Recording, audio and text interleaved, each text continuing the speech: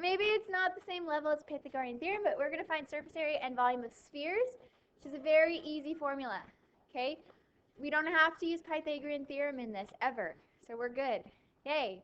So a sphere, well, we can all sketch a sphere, right?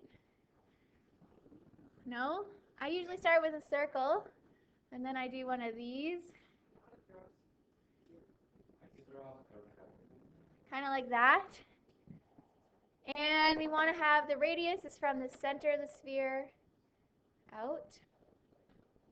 Okay. Now I'm not going to go into proving these theorems. We're just going to write down the formula. So can everyone grab their formula sheet? Some of you are adding some shading. I find that the crayon works really nice if you want to shade your sphere.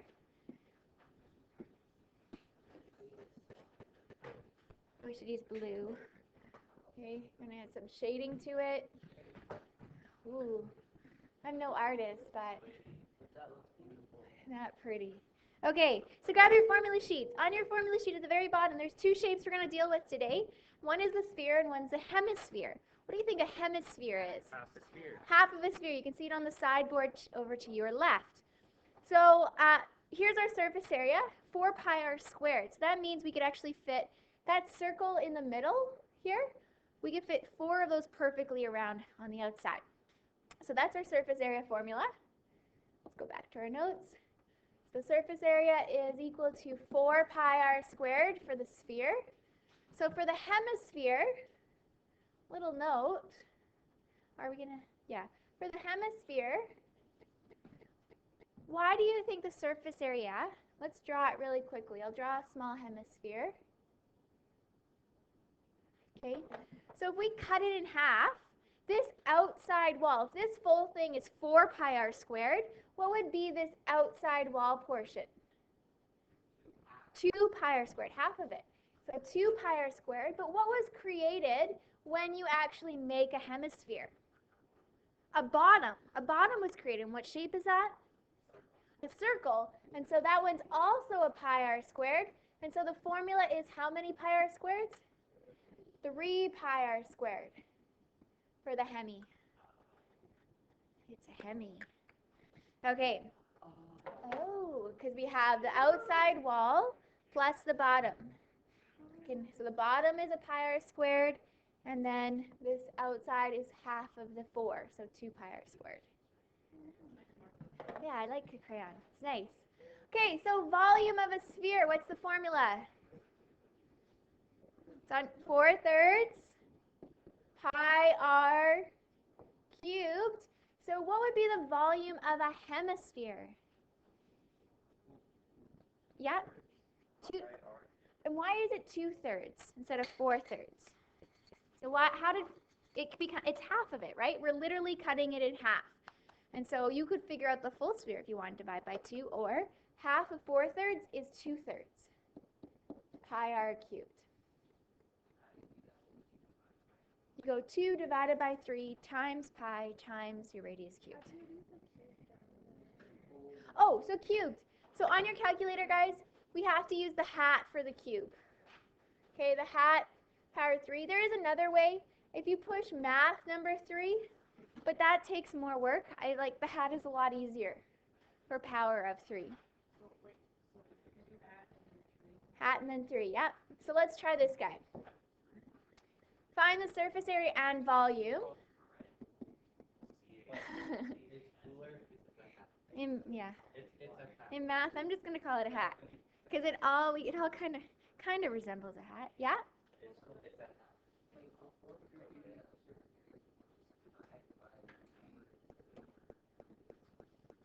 So are you saying, okay, instead of doing the fraction? So for surface area, we don't have a fraction. So we're good. For volume, which is 4/3 pi r cubed, you could also make the formula 4 pi r cubed all divided by 3. It's the same thing. Okay? Yeah. Yeah. Sorry. Is that good? Yeah, that's probably good, right? Okay, so can you actually solve for the surface area and volume right now? Please. Please and thank you. I'm going to use my manners. So take this moment, and I want you to solve for the surface area and volume. Show your substitution, formula, substitution answer. For the full sphere, this sphere right here. You don't have to do the hemi. Just number 1 here. Just the surface area and just the volume of this sphere. So notice both formulas, you need radius. Always radius for spheres. So they give you the diameter. Let's go nearest 10th or nearest, what do you want to go around to? Nearest 10th. Okay, let's go to the nearest 10th, if necessary. Well, it will be necessary because pi is involved. So what's our radius?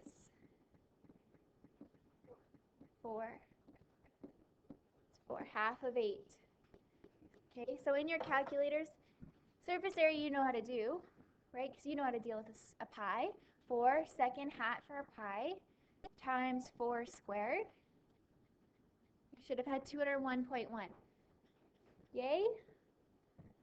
Are we celebrating? What's our units for surface area? Meters squared. So volume, there's a few ways you can type this volume in.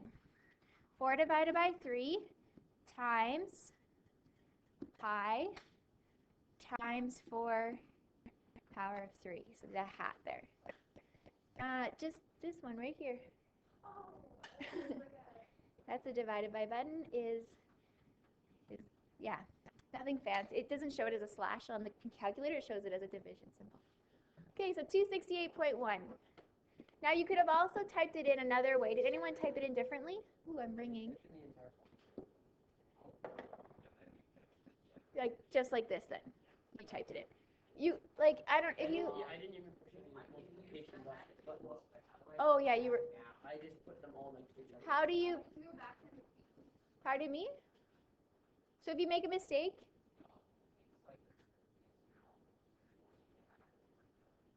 moving on.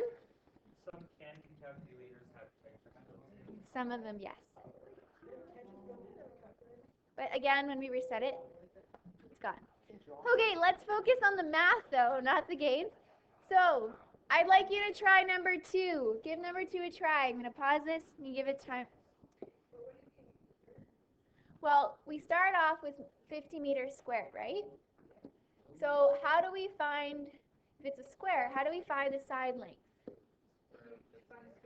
Yeah, we could also use square root of 50 because we have the formula a equals x squared.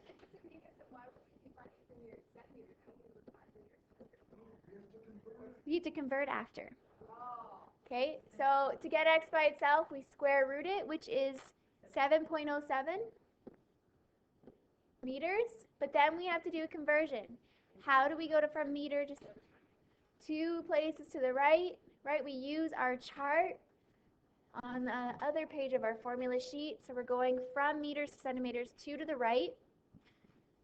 So that means 707 centimeters.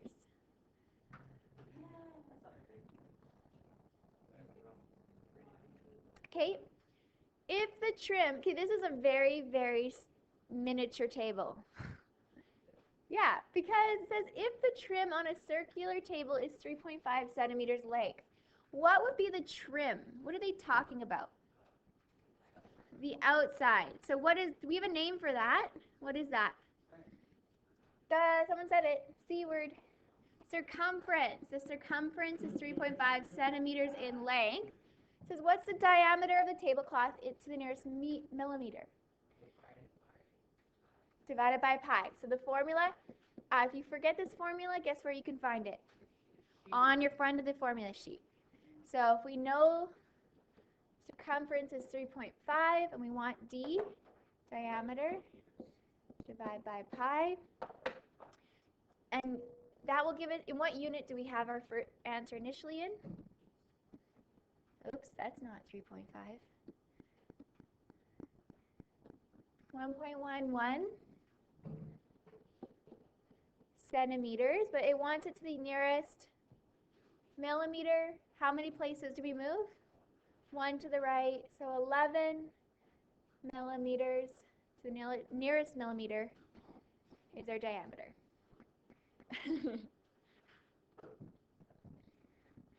Okay, so let's go back to spheres.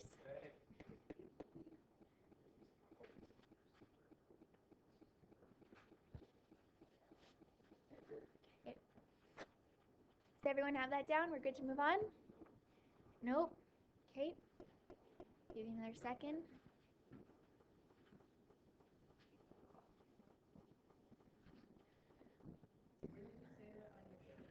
Circumference formula? On the front side, on the bottom, right here. Yeah. Okay, that's where you can find it. Okay, can we go on to 4 now?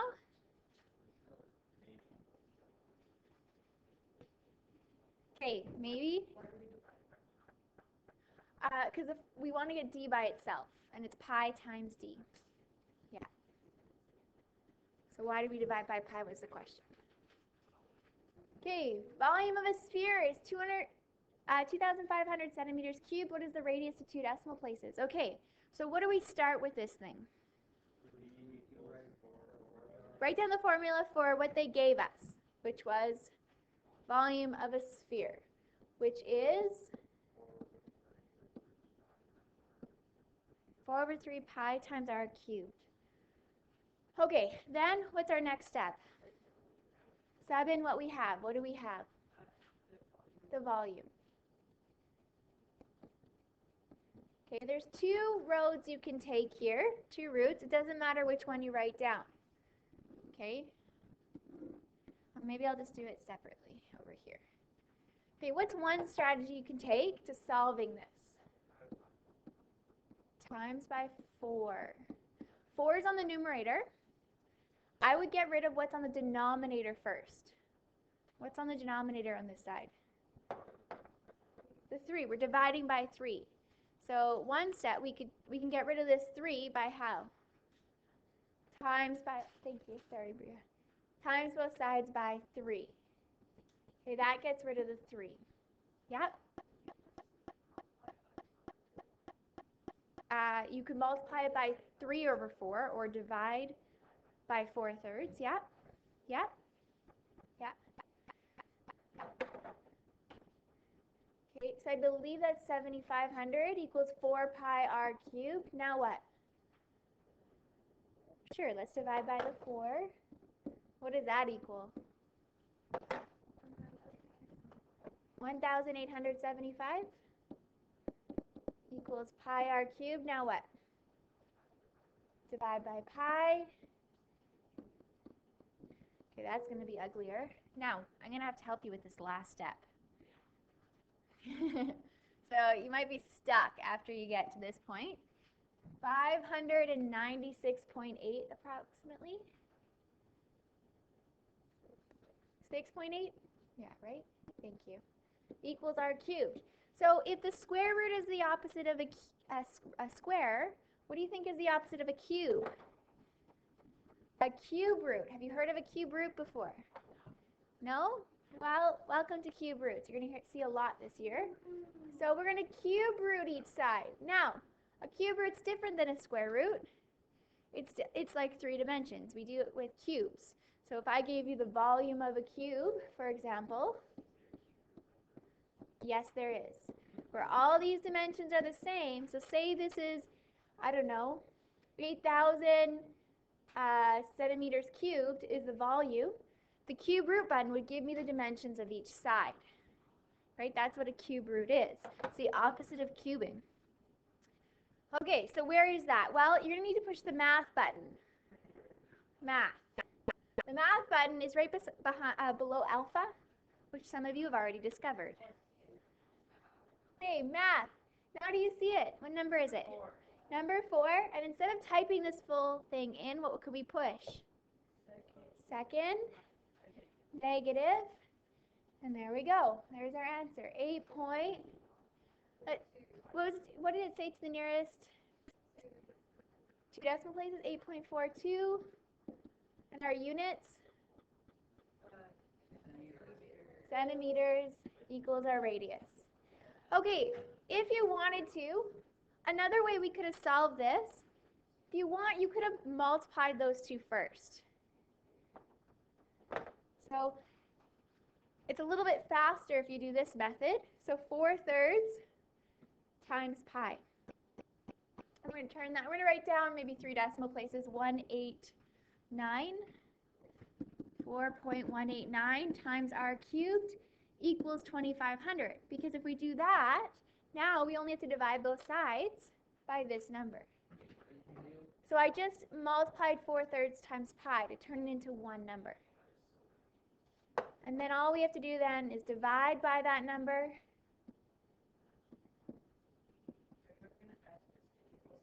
No, you can use whatever method you like. So you don't have to ever do both methods. There you go. So there. And that leads us back to where we left off before, where we have to cube root it, which still would give us 8.42. Okay? So either method works.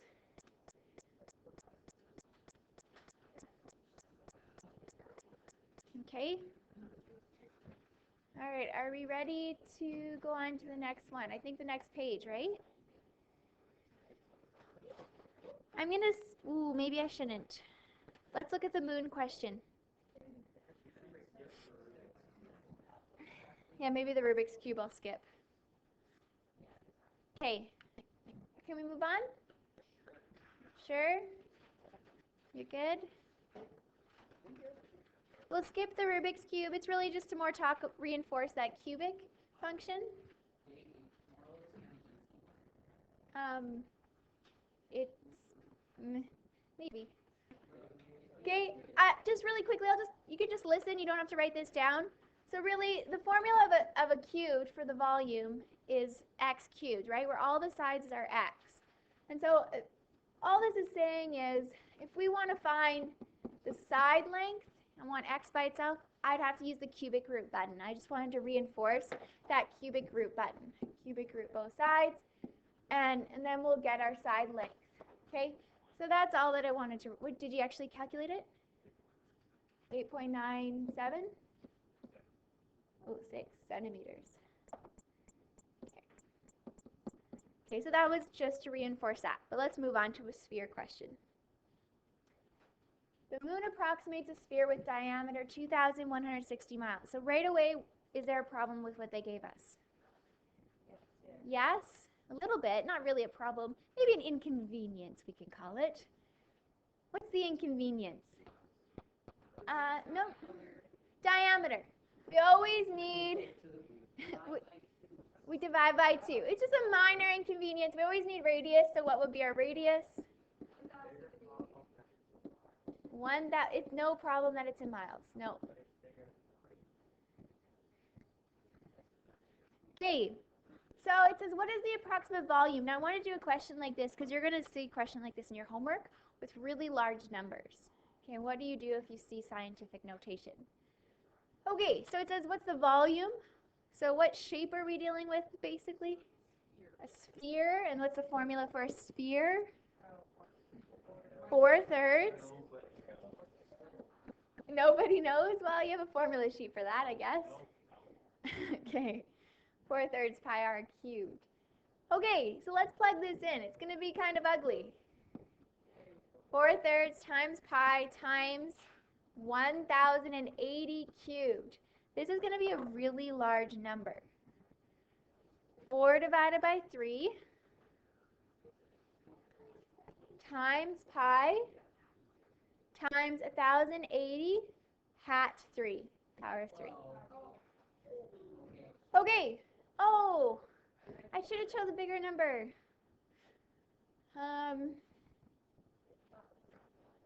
Okay, that's a lot of numbers. Did anyone give it to you? Any calculators give it in scientific notation? No? 726,600. Okay. Does everyone know, like, say if it was a larger number? The E thing? Does everyone know what that means? Like, say it was 2,000. There you go. Okay, do you know what that means? Well, what it means is times. So let's just quickly change this question. Say this was a 4,000. I know it doesn't actually, then it's not real. I wanted to use real numbers, but. So say that our radius was 2,000, okay? Because because I want you to understand what to do with this when you get scientific notation. Yeah, you can just listen, that's fine. If you don't want to write it down. Okay, so that gave me 3.3510. What else is there? 32164. And then the e to the 10. What that means is times 10 to the power of whatever comes after that e. In this case, what is it? 10. So that's scientific notation. If you wanted to turn this number into a real number and not scientific notation, that means you need to move your decimal place 10 places, because of this, to the right. That's all it means. So 10 places would be, well, let's find out. 1, 2, 3, 4, 5, 6, 7, 8, 9, 10. I'd add a 0. Okay? So all you'd have to do is move your decimal place that many places to turn it into an actual, like out of scientific notation. So that just, because it's talking about decimal places, that's called scientific notation. And I think you covered that in grade 9? 8? It was never there? Oh, it's in the old curriculum, not the new. Yeah? This times 10 to the power of 10. Okay? It's important that it's times 10 to the power of 10. It's not this number to the power of 10. It's times 10 to the power of 10. 10 to the power. No. Because of BEDMAS. Guys, I need you to listen up. Okay? You wouldn't multiply this number by 10 and then put it to the power of 10 because of BEDMAS. You would do 10 to the power of 10 first and then multiply. Okay, because of BEDMAS. So really, if I had the number 3.35 e to the 6 on my calculator, what would that become? So you could write it as 3.35 times 10 to the power of 6. That's how you would write it. It's always times 10 to the power of that number that's right here. Yeah? Because it's times 10 because that moves the decimal place because we have a base 10 number system. And so what this means is if we wanted to turn this out of scientific notation, I just have to move my decimal places, 6 places to the right. 1, 2, 3, 4, 5, 6. So that would be the same thing as, what number is this? 3,350,000 would be the same number as that. Okay, that's what scientific, so watch for that on your calculator, that little e. Means times 10 to the power of. It's so that you can move the decimal place. Yeah? You can write it like this, or you can move your decimal place and write it like this. You wouldn't write the e. You'd have to change that times 10 to the power of 6. Okay? Absolutely. Yeah, and in physics, we're going to use that a lot, and we're going to often use scientific notation. Okay? No. Mrs. Kroll, and then whoever teaches Science 10, you'll go through some physics then. Okay? Okay, next question. Let's finish this off. Let's finish this. I'm sorry, guys, it's taking a while. Hemisphere. Do you think you can handle a hemisphere? Do you think a hemisphere? What if I asked you for the lateral surface area of a hemisphere? What would we exclude? Yeah, Rebecca? The base. So instead of 3 pi r squared, what would it become? Just 2 pi r squared for our surface area. Very good. Okay, so should we go through this? Can you work through this? And we'll go over it in a second. So I'll give you some time. Pause. Okay, so what is the surface area of a hemisphere? To the nearest tenth of a square meter. So surface area would be 3 pi r squared. So remember, we have 2 pi r squared for the outside, and then the extra circle makes 3. So 3 times our radius is 5 squared. To the nearest tenth, what did you get? Centimeters. Oh, am I recording? Yeah, good. Centimeters squared. Thank you. Okay, volume of a hemisphere is 2/3 pi r cubed. You could have also found the volume of the sphere and then divided by 2. Same thing. Okay, 2/3 times pi times 5 cubed gives you what? Yep. Sure. Yep. Well, the form because if I asked for the lateral surface area, it'd be 2. Right? Because this part is the 2 pi r squared, and this part down here is pi r squared. So if they just say surface area, that means including the bottom. If they say lateral, then not including the bottom. Okay? Guys, you with me, Carson? Good, good. So what did you get for this guy? Cubic centimeters? 261.7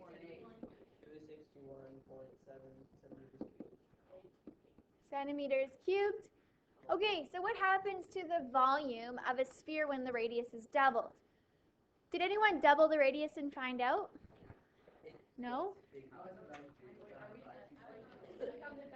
Okay, yeah, Nadia? Okay, what do you think it is, Nadia? 8 times bigger. That's actually correct. The reason why, if I just give you a quick explanation, if our formula for volume is 4/3 pi r cubed, right? And if I double that, well, what's happening here? If I go 2 times the radius cubed, this cube is going to actually affect it. Because we're cubing that number, and 2 cubed is what? No, 2 times 2 times 2. 8. That's why it's 8 times bigger. So that 8, we can put that 8 in front. So this is the old volume, so it's 8 times the old volume. So what if I tripled? What if I tripled the radius? How much bigger would it be? No. 3 cubed is? Punch it in. What's? No. 27. So if we tripled the radius, it'd be 27. Close, yeah, but that only counts in horseshoes and hand grenades, right? Okay, so that's it for this lesson. Your homework is here. You have lots of time. No, it's not that bad. You'll be okay. It's really not. That's in the textbook, yeah.